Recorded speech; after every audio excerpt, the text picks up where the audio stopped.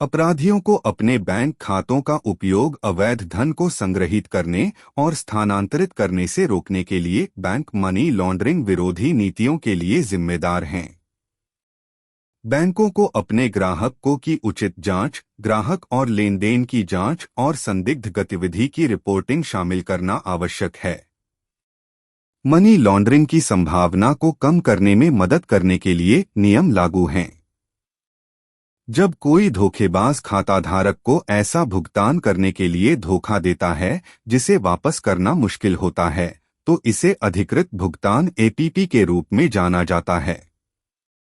वे एक ऐसी कंपनी होने का दिखावा कर सकते हैं जो सामान या सेवाएं बेचती है, या वे एक गलत परिदृश्य बना सकते हैं जिसमें वे पुरस्कार या निवेश के बदले में अग्रिम शुल्क मांगते हैं। यह इस बात का एक उदाहरण है कि कैसे पीड़ितों को सोशल इंजीनियरिंग और डिजिटल रणनीतियों के संयोजन का उपयोग करके किसी अन्य व्यक्ति के रूप में प्रस्तुत व्यक्ति को पैसे भेजने के लिए शोषण किया जाता है। रियल टाइम भुगतान में धोखाधड़ी। उचित सुरक्षा उपायों की अनुपस्थिति में रियल टाइम भुगतान पहले से कहीं अधिक तेजी से लेन देन कर रहे हैं। नतीजतन उनका शोषण करना आसान है। चूंकि आम तौर पर वास्तविक समय के भुगतान को वापस लेने का कोई तरीका नहीं होता, इसलिए वित्तीय संस्थानों के लिए अधिकृत पुश भुगतान धोखाधड़ी की पहचान करना और उसे उलटना अधिक कठिन हो जाता है। धोखाधड़ी करने वालों के पास सत्रों को हाईजैक करने और भविष्य में उपयोग के लिए क्रेडेंशियल चुराने का अवसर भी होता है। बैंकों के ग्राहकों को कई तरह की स्थितियों का सामना करना पड़ सकता है।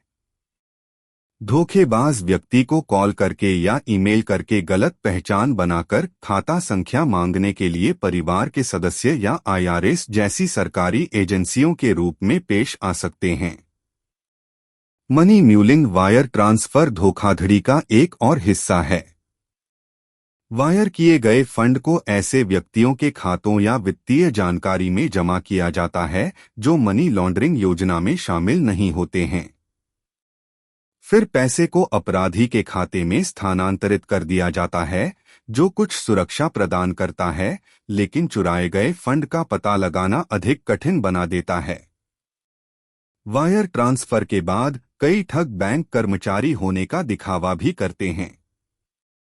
इसका उद्देश्य ग्राहक को वास्तविक बैंक को लेन देन की रिपोर्ट करने से रोककर चोरी किए गए पैसे को वापस पाना अधिक कठिन है। बिल डिस्काउंटिंग में धोखाधड़ी। बिल डिस्काउंटिंग एक परिष्कृत योजना है जिसमें अपराधी शामिल होते हैं जो बैंक में एक व्यावसायिक खाता खोलते हैं। वे बैंक से कंपनी के ग्राहकों को बिल भेजने के लिए भी इस योजना में भाग लेते हैं। सबसे पहले ग्राहक एक अच्छा बैंकिंग इतिहास बनाने के लिए भुगतान करते हैं। हालांकि कंपनी अंततः अनुरोध करती है कि भुगतान इतिहास के कारण बैंक उनके खाते में बिल जमा करे।